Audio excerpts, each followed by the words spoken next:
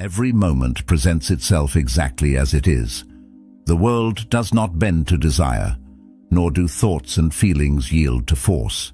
You cannot command calm, nor can you summon peace by pushing away discomfort. Yet so often, we treat life as if it must conform to our wishes, and we mistake struggle for progress. The Stoics observed this centuries ago. It is not events themselves that disturb us, but our judgments about them. Understanding this is the first step toward freedom.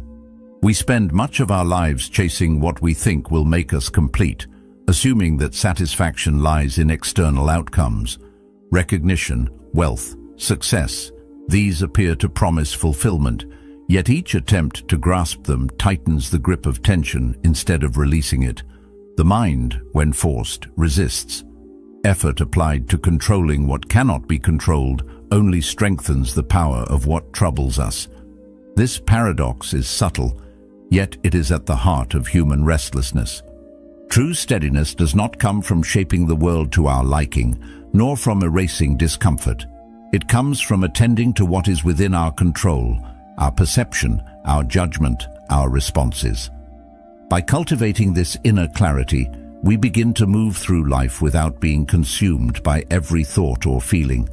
Peace emerges not as a prize to be won, but as a natural byproduct of understanding, discipline, and mindful attention. This is the path the Stoics walked, and it remains relevant now as much as it was centuries ago. The mind often behaves in ways that surprise us. The more you try to suppress a thought, the more it dominates attention. The more you resist a feeling, the more it shapes your experience. This is not a failure of willpower. It is the nature of awareness itself. Thoughts and emotions cannot be forced into compliance. They arise, persist, and fade according to patterns that are often beyond direct control. When we attempt to manipulate them through sheer effort, we inadvertently give them energy and significance. What we call suffering often emerges not from circumstances themselves, but from the struggle against them, the insistence that reality be different from what it is. Stoics understood this deeply. Marcus Aurelius wrote, "You have power over your mind, not outside events. Realize this, and you will find strength." The insight is clear. The locus of control lies within, and freedom is found not by battling the contents of consciousness, but by changing the relationship to them. This pattern extends to the desires we cling to. We believe that fulfillment lies in achieving something external, recognition, wealth, validation. And yet, the harder we pursue these things as a source of satisfaction, the more fragile our sense of contentment becomes. Every unmet expectation, every delay, every perceived failure reinforces the sense that we lack something essential. Seneca observed, "It is not the man who has too little, but the man who craves more, that is poor." Desire, when conflated with necessity, traps the mind in a cycle of perpetual chasing. True stability emerges only when we loosen the attachment to outcomes and allow life to unfold without constant judgment or compulsion. By observing desire rather than being driven by it, we reclaim a measure of calm that effort alone cannot create. The process of letting go does not require withdrawal or passivity. Action continues, responsibility remains, and life proceeds. The difference lies in the orientation of the mind. When the focus shifts from controlling outcomes to observing and responding, clarity emerges. Thoughts lose their weight, emotions lose their intensity, and the persistent tension of expectation begins to dissolve. What was once a constant undercurrent of anxiety and self-judgment begins to recede. Habits of compulsive striving slowly give way to intentional presence. Even small moments gain richness that was previously obscured by incessant evaluation and comparison. In this quiet space, life begins to feel lighter, not because it has changed externally, but because perception has shifted. There is also a subtle transformation in how challenges are experienced. When expectations loosen, obstacles do not trigger disproportionate distress. Situations are faced with measured attention rather than reactive tension.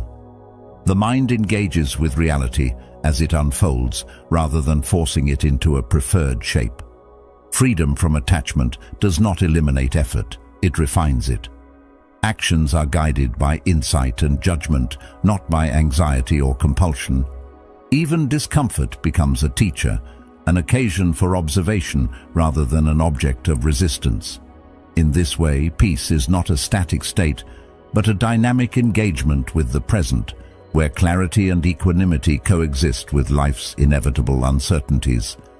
As this awareness deepens, relationships, work, and daily interactions gain a new texture.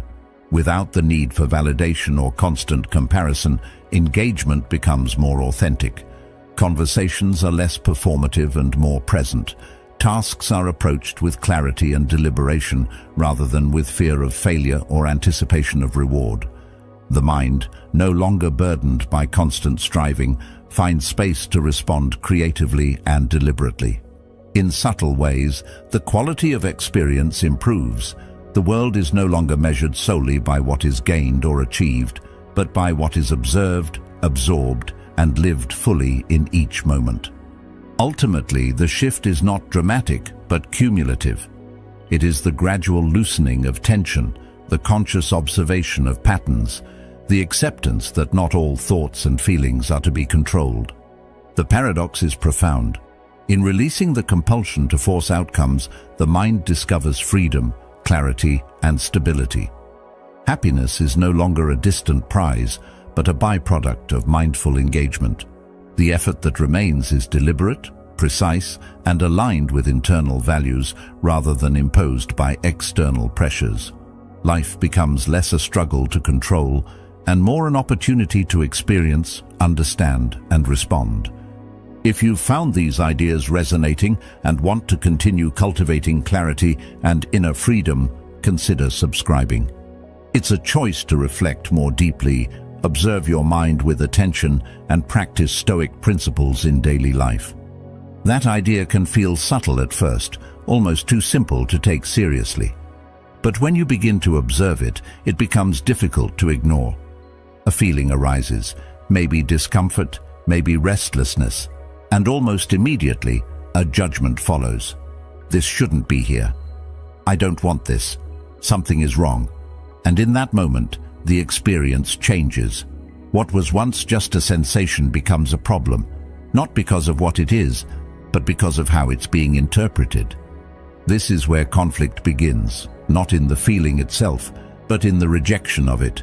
You're no longer just experiencing something, you're resisting it, and that resistance splits your attention. Part of you is feeling, another part is pushing back. That division creates tension, and that tension is often what people mistake for the original problem. The Stoics understood this deeply. Epictetus expressed it clearly when he said, "Men are disturbed not by things, but by the views which they take of them." That line points directly to the source of the struggle. It's not the discomfort that traps you, it's the belief that the discomfort shouldn't exist. Once that belief is in place, everything changes. You start trying to fix what isn't actually broken. You start chasing a version of yourself that doesn't feel what you're feeling. And in doing so, you move further away from any sense of stability.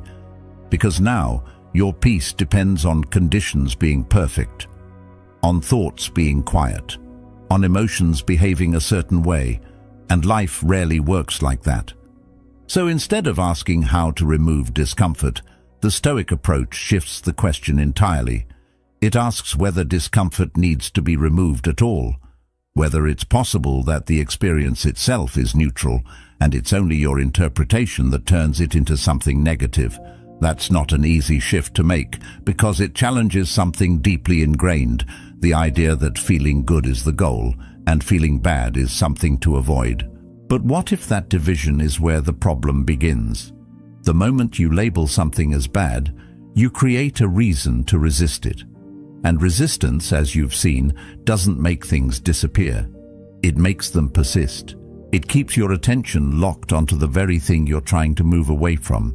There's a kind of quiet clarity that emerges when you begin to see this pattern, not as a theory, but as something happening in real time. A feeling arises, and instead of reacting immediately, you notice the judgment forming. You see the urge to push it away. And for a moment, you don't follow that urge. You let the experience exist without interference. At first, that can feel unnatural, almost uncomfortable in a different way, because you're used to doing something about what you feel. Letting it be can feel like inaction, but it's not passive, it's deliberate. It's choosing not to add anything unnecessary to the experience. And in that space, something subtle begins to shift. The feeling may still be there, but it's no longer amplified by resistance. It's not being constantly checked, measured, or judged. It's just there, and because of that, it begins to move on its own. Not because you forced it to, but because you stopped holding it in place. This doesn't mean every feeling disappears quickly or easily. Some linger, some return. But the relationship changes. You're no longer trapped in a cycle of reaction. You're not trying to control what isn't directly controllable, and that alone reduces a significant amount of unnecessary tension. Over time, this approach builds a different kind of stability. Not one that depends on everything feeling right, but one that remains steady even when things don't. Because your sense of balance isn't tied to the absence of discomfort, it's rooted in how you relate to it. And that's the quiet shift the Stoics were pointing to.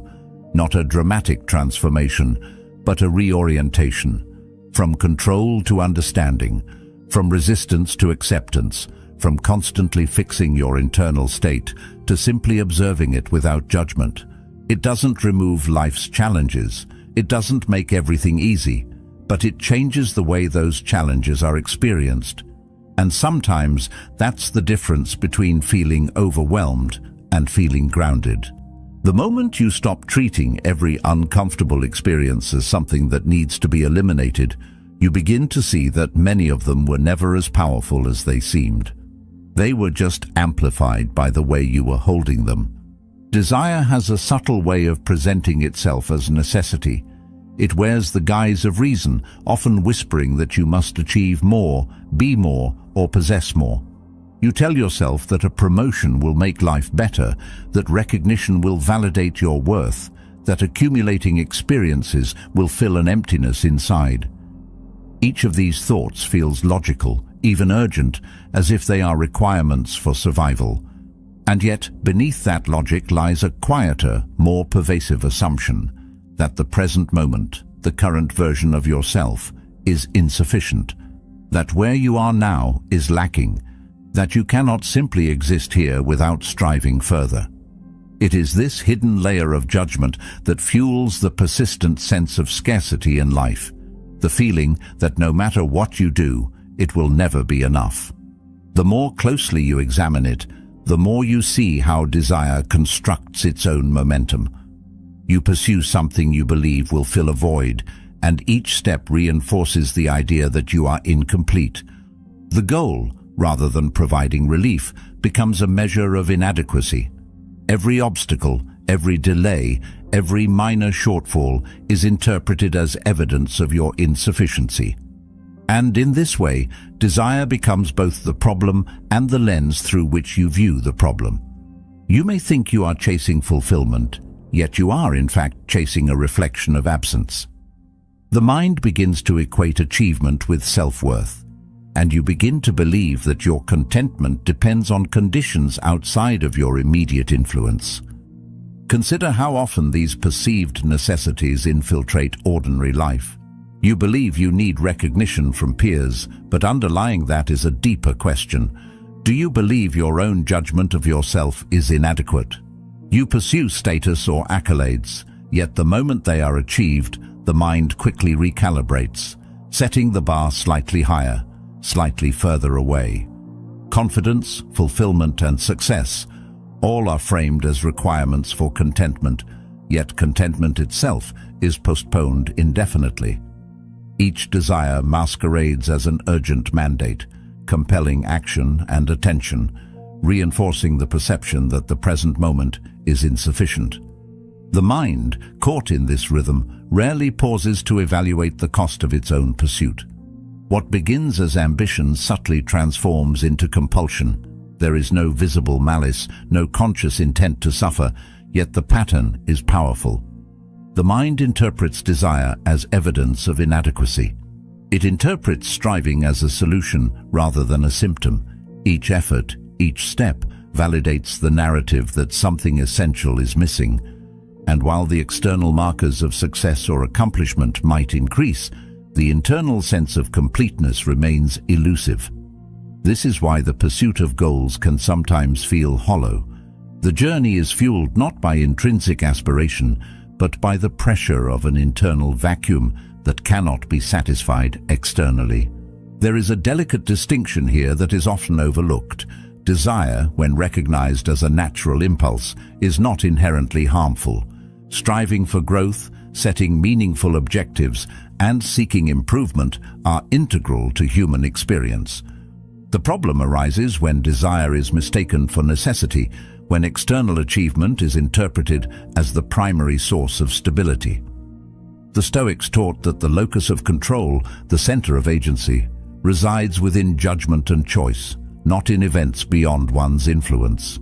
Anchoring fulfillment to impermanent outcomes is inherently precarious. By redirecting attention to what is under your control, the mind gains freedom from the relentless cycle of craving and dissatisfaction. The consequences of misunderstanding this dynamic are subtle but profound. They manifest as restlessness, impatience, and a pervasive sense of insufficiency. The mind continually evaluates itself against shifting standards, constantly measuring what it lacks rather than appreciating what it holds. This creates a tension between presence and pursuit, where even moments of success are tinged with the awareness of what remains unachieved. Desire, when misapplied, functions as both motivator and prison, propelling action while simultaneously fostering a sense of emptiness. It is a paradox that has engaged thinkers for millennia. The very drive meant to secure satisfaction often guarantees its elusiveness. Over time, the consequences of this discernment are profound. Freed from the illusion that fulfillment depends on external acquisition, the mind develops a steadier, more resilient orientation. The focus shifts from chasing absent conditions to engaging fully with the present. Satisfaction becomes less contingent on outcome and more aligned with perception, with judgment, with the internal faculties over which you maintain influence. Desire no longer functions as a tyrant, subtly shaping experience and reinforcing lack. Instead, it becomes a tool, a means for growth without enslavement. The more you practice this awareness, the more you experience a quiet liberation. The recognition that what you are pursuing externally is often already reflected internally once the lens of compulsion is removed. The Stoics knew that this insight does not eliminate all ambition or effort. It does, however, reframe the relationship with striving. By recognizing that attaching well-being to external conditions fosters dependency, you gain the capacity to pursue goals without becoming psychologically bound to them. Each choice, each action, is informed by clarity rather than urgency. The mind becomes less reactive, more deliberate, and more attuned to what is under its own governance. In this way, the cycle of chasing absence can be softened, and the underlying presence of sufficiency, often obscured by craving, can be acknowledged and embraced. There's a subtle transformation that occurs the moment you release the constant pursuit of something beyond your reach. Not by abandoning action, not by settling into indifference, but by recalibrating the relationship between effort and expectation. When the mind no longer ties its sense of worth or contentment to external outcomes, a remarkable shift begins to emerge. It's not about halting ambition or ceasing to move forward. Action continues. Plans are executed, responsibilities are met, but without the invisible burden of dependence on a specific result. This is the kind of focus that allows the mind to operate with clarity and resilience, because energy is no longer spent on chasing an illusion of certainty that the world can rarely provide. The first moments of this shift can feel strange, even uncomfortable. There is a part of us that has been conditioned to equate forward motion with progress, striving with purpose, and attachment with meaning. And when those equations are upended, the mind initially resists. It wonders if letting go means giving up. But the Stoics offer a different perspective. Freedom is not found in avoiding effort, but in redefining its direction. It lies in acting with intention while recognizing that outcomes are often beyond direct control. In this framework, the same action that once felt charged with anxiety now becomes steady and deliberate, informed by wisdom rather than compulsion. Seneca once remarked, "True happiness is to enjoy the present, without anxious dependence upon the future." This insight captures the essence of the transformation. It is not a call to passivity or retreat. It is a reorientation of effort toward what is within one's domain. The mind becomes anchored in what it can influence, rather than being buffeted by what it cannot. This is freedom from attachment, not freedom from activity. And the paradox is that in loosening the grip on specific outcomes, life's experiences gain a new depth and texture, unclouded by constant evaluation or judgment. The process also reshapes the way challenges are encountered. Obstacles no longer trigger disproportionate anxiety or fear because the mind is not equating difficulty with personal inadequacy. Instead, events are experienced as they occur, and responses emerge from discernment rather than reaction.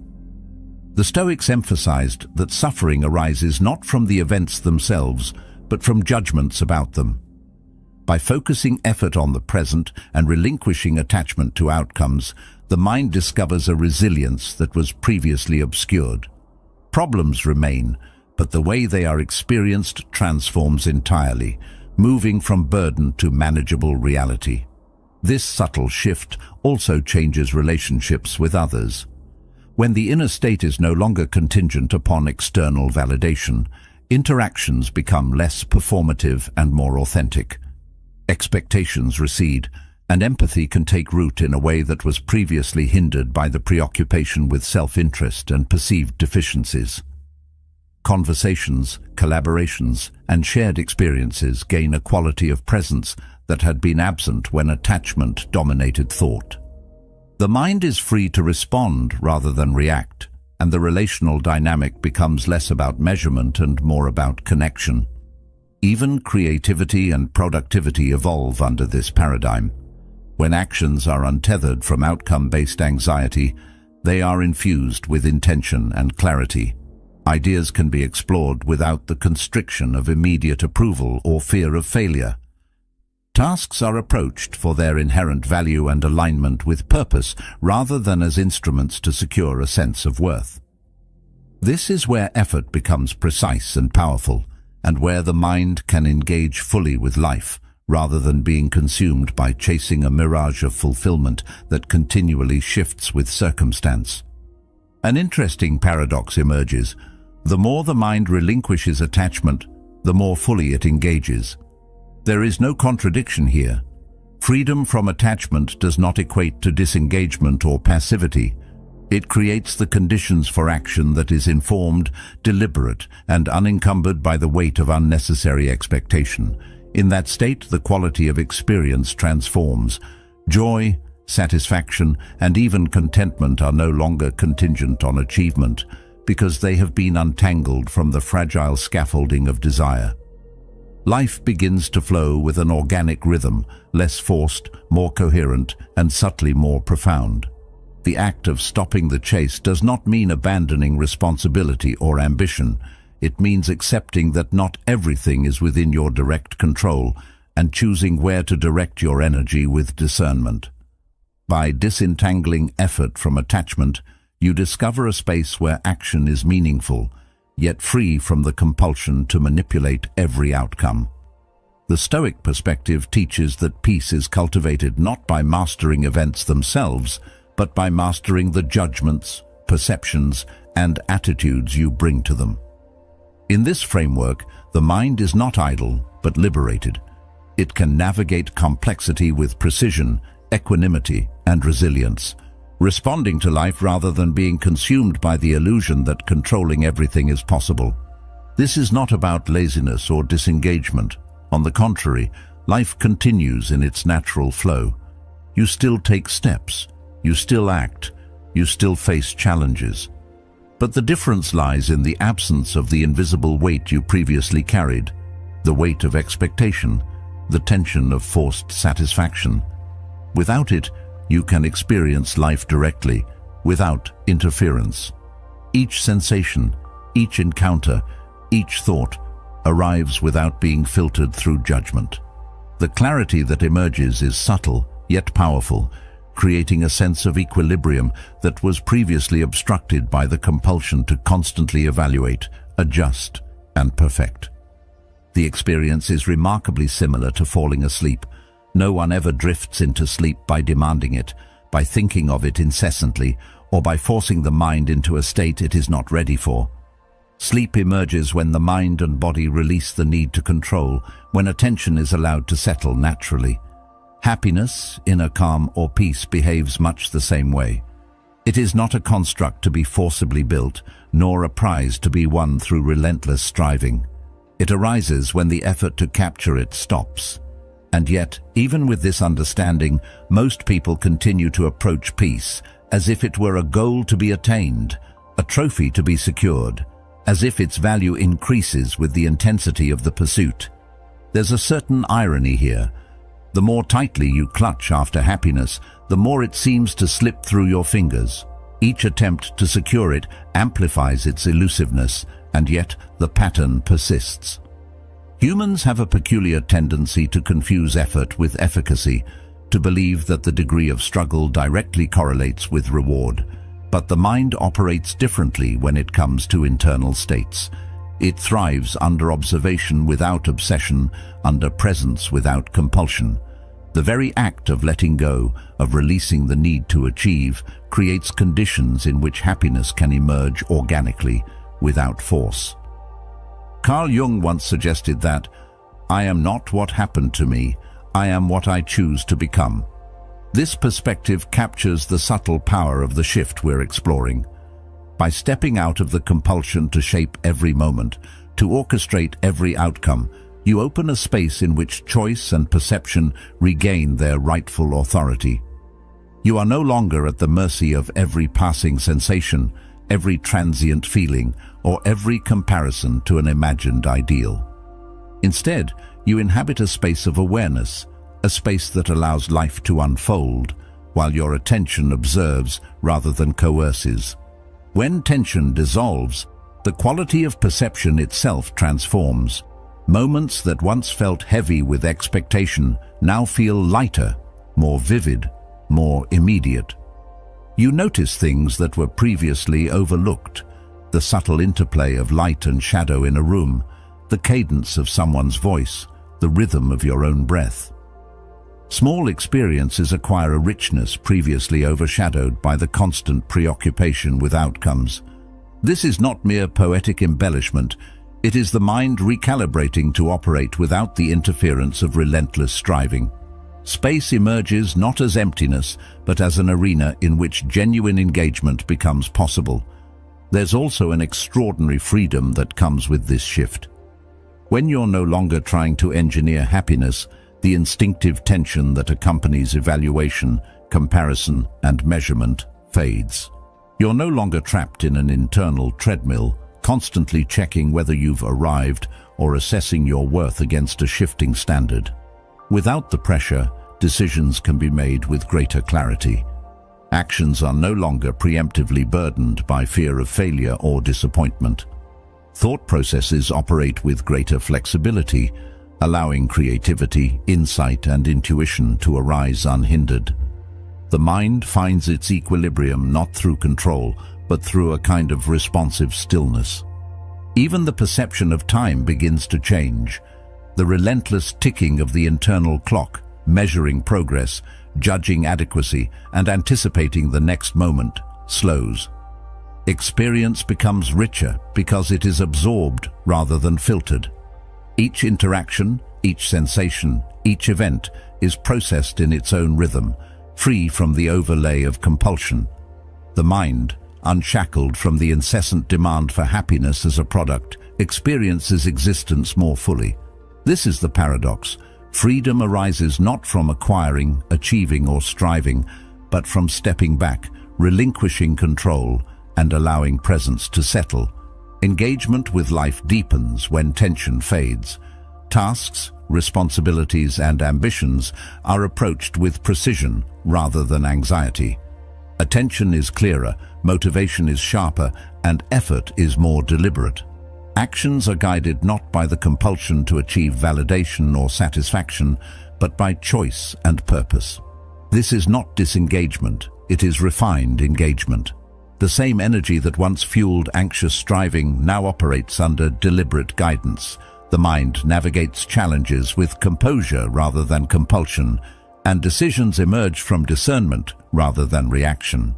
And there is a profound peace in realizing that happiness does not need to be captured, controlled, or manufactured. It is already present, waiting to emerge when interference ceases. The process of letting go does not negate action, it enhances it. Life unfolds with a new rhythm, not dictated by the pursuit of an ideal, but by the acceptance of what is. In this space, resilience grows, perspective widens, and the subtleties of experience become accessible in ways previously obscured. Freedom from forced striving does not diminish life, it enriches it. This shift in perspective reframes the nature of engagement entirely. When the mind is free from attachment to outcome, effort becomes precise, perception becomes unclouded, and experiences become unforced. Each moment holds its own integrity, no longer weighed down by the invisible pressure of expectation. And in this environment, happiness and peace are no longer goals to chase, but byproducts of a mind allowed to settle. The more the mind releases the compulsion to control, the more fully it inhabits its own space, responding to life rather than attempting to manipulate it into a predetermined shape. There's a rhythm to life that most people overlook. From the moment you wake, routines, behaviors, and expectations begin to shape the way your mind experiences reality. Habits form silently, almost invisibly, guiding reactions and judgments long before conscious thought arrives. One of the most pervasive habits is the assumption that effort inevitably produces results. You are taught from an early age that trying harder, pushing further, striving for more guarantees reward. And in many areas of life, this is true.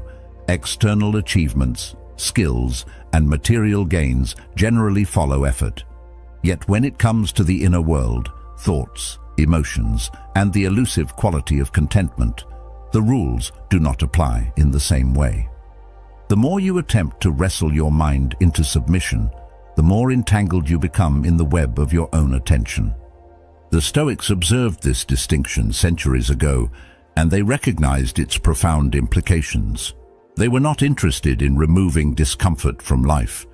They knew that suffering is inevitable, that obstacles are universal, that feelings of unease arise without warning. The question then is not whether discomfort exists, it always will, but how one relates to it. Epictetus noted, "It's not what happens to you, but how you react to it that matters." This principle reframes the pursuit entirely. Instead of attempting to eradicate negative feelings, the wise person cultivates the ability to remain unaffected by their presence, to observe without entanglement, to act with clarity even amid internal turbulence. The distinction is subtle but transformative. The effort is redirected from control to comprehension, from reaction to understanding. Habit also manifests in the repetition of expectations. You assume that each moment must conform to a standard, that each thought must be productive, that each emotion must feel appropriate. And when these expectations are unmet, disappointment, frustration, or anxiety arise. The pattern becomes a form of self-reinforcing tension. Effort to control breeds resistance, Resistance magnifies the original state. Tension escalates. Over time, these conditioned patterns operate largely unconsciously, creating a persistent undercurrent of struggle. The mind learns that dissatisfaction is the default, that control is necessary, that achievement of a particular mental state is essential. And this subtle conditioning perpetuates cycles of unease and effort that rarely yield the results expected. Understanding the nature of habit in this context requires a shift in perspective. Instead of focusing on the content of thought or the presence of feeling, attention turns to the mechanisms of the mind itself. Observe how desire, judgment, and compulsion arise automatically, how the urge to control surfaces repeatedly, and how repeated attempts to eliminate discomfort strengthen the pattern rather than weaken it. This process of observation is not passive. It is active engagement with the structure of consciousness. It allows the mind to notice its tendencies without immediate reaction, fostering a distance between stimulus and response that dissolves the compulsion to force outcomes. Recognition of the habitual nature of internal struggle becomes the first step toward liberation. There is a subtle power in releasing the insistence on control. The mind begins to experience a reduction in self-generated pressure, allowing clarity to emerge where once there was tension. Effort is no longer invested in futile attempts to dictate inner states. Instead, it is directed toward deliberate actions aligned with reason and intention, tasks and engagements chosen with awareness rather than anxiety. This creates a feedback loop of genuine efficacy. The less the mind is forced to control itself, the more it can operate effectively, respond creatively, and experience states of stability that are resistant to perturbation. The paradox is that the less you try to control, the more capable and adaptable the mind becomes. Discomfort itself begins to lose its intensity when the habitual compulsion to resist is interrupted. Emotional states arise, persist briefly, and fade naturally. The pressure to manipulate, manage, or eliminate these states diminishes. Observation without interference allows the mind to experience a state without amplifying it. Small disturbances no longer cascade into crises. Tension that once seemed inseparable from the experience of life gradually loosens.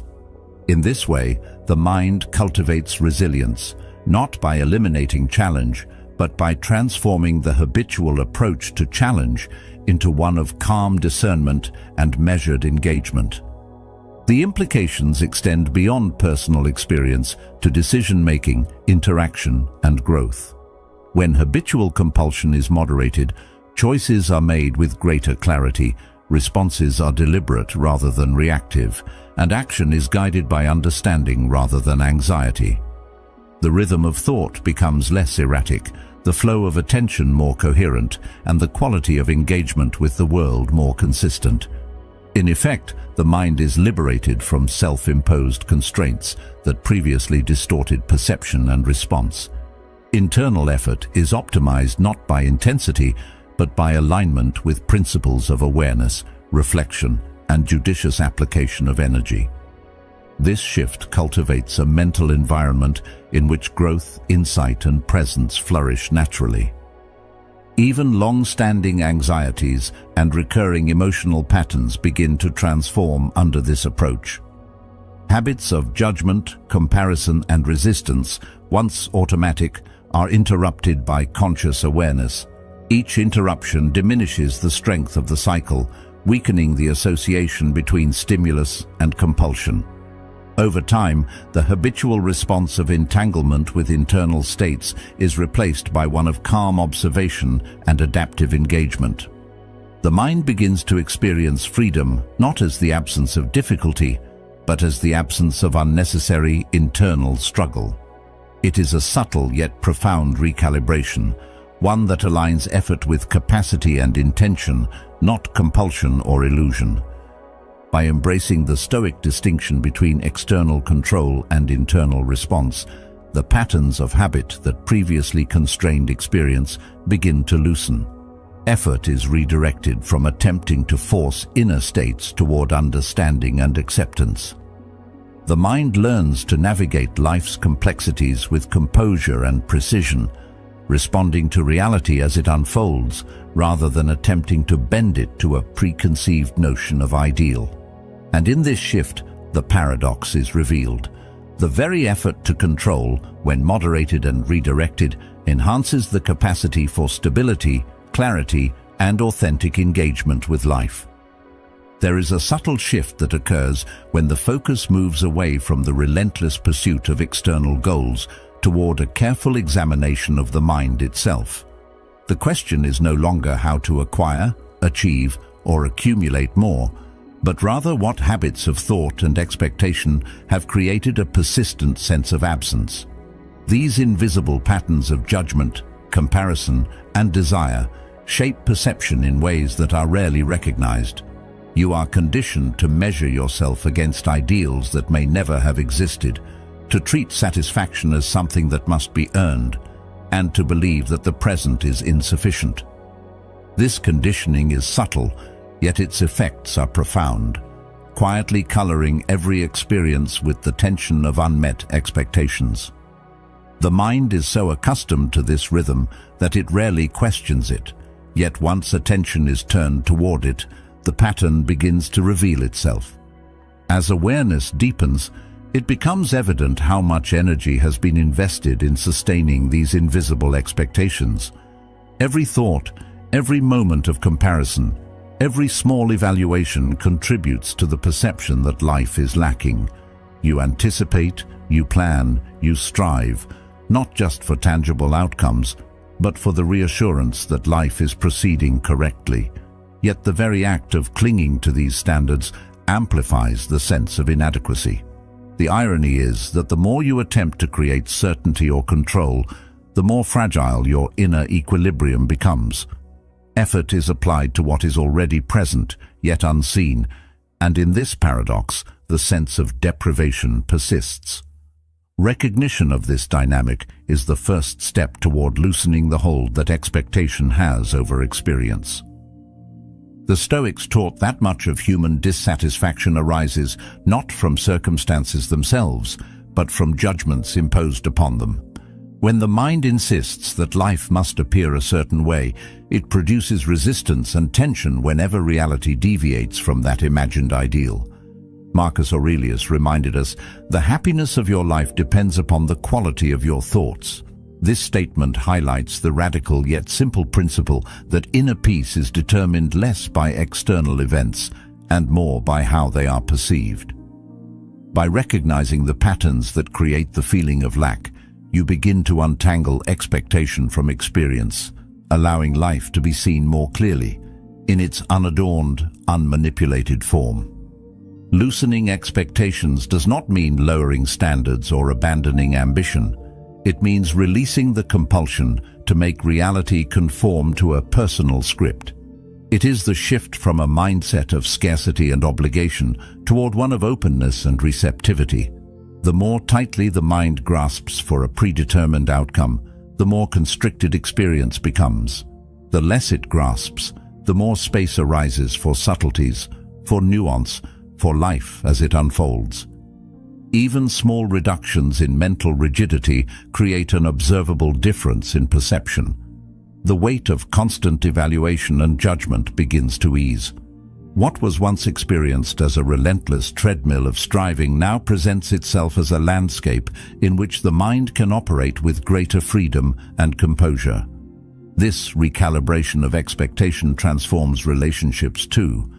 Interactions are no longer dominated by a need for validation or affirmation because the internal standard of sufficiency is no longer tied entirely to external confirmation. Social dynamics become less a measure of adequacy and more an opportunity for engagement. Communication occurs with clarity, not under the burden of comparison or anticipation. Attention is freed to observe and respond rather than to measure and defend. In this space, authenticity emerges naturally because the mind is no longer preoccupied with ensuring that every action aligns with an idealized standard. The absence of rigid expectation enhances presence, allowing engagement with life to be richer, more flexible, and more immediate. Even ordinary experiences gain depth under this framework.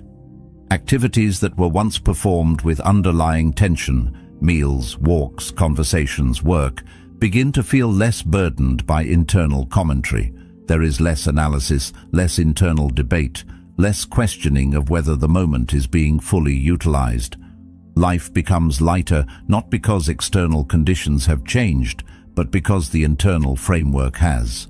The subtle loosening of expectation creates space for enjoyment, for appreciation, and for the perception of abundance that had previously been obscured. This is the quiet power of attention applied to the mind rather than the world. It allows the richness of the present to emerge unimpeded. The process also shifts the relationship to desire itself. When expectations are no longer rigidly imposed, desire can be recognized for what it is, a natural inclination rather than a mandate for satisfaction. The mind can pursue goals, seek experiences, and engage in personal development without mistaking these activities for the primary source of contentment. Effort becomes precise and deliberate, aligned with values and intention rather than reactive or compulsive. In the absence of constant pressure, actions are taken with clarity and purpose, creating a sense of agency that had been previously masked by the need to chase outcomes. The mind begins to inhabit its own capacity for discernment rather than being driven by unconscious compulsions. In this space, life unfolds with a sense of balance that was previously inaccessible. The absence of relentless striving does not equate to passivity. Rather, it allows engagement to be measured, intentional, and harmonious. Experiences are not colored by the compulsion to secure or control, but observed with attentiveness and equanimity. Internal freedom grows, not through accumulation or achievement, but through the gentle release of expectation. Paradoxically, it is in letting go of rigid demands that the mind gains the clarity and perspective to act with true discernment. The quality of experience improves because the energy previously consumed by compulsive striving is redirected toward awareness and intentional presence. The final revelation of this shift is subtle yet profound. When expectations loosen, the mind is capable of perceiving richness that was always present but obscured by the weight of compulsion. Moments of connection, beauty, insight and insight unfold naturally, without being forced into a framework of adequacy. Effort, when guided by awareness rather than anxiety, becomes a tool for engagement rather than a measure of worth. Happiness, satisfaction, and contentment are no longer distant or contingent. They arise organically from a mind free from the tyranny of rigid expectation. In this liberation, you discover what effort alone could never provide: a sense of fullness, of presence, and of connection that is internally anchored rather than externally dependent. The quiet freedom you've been searching for has always been within reach, not in chasing, forcing, or controlling, but in letting go, observing, and allowing life to unfold as it is. Every moment becomes richer, every breath steadier, and every experience more alive when you release the weight of expectation and attachment. This is the peace that effort alone can never give, the clarity that comes when you stop trying to hold what cannot be held, and the strength that grows when you simply stand present in your own mind. Thank you for being a part of Stoic Journal. If you want to continue this journey, explore one of the suggested videos on the screen and see how these principles can deepen your practice and transform the way you experience each day.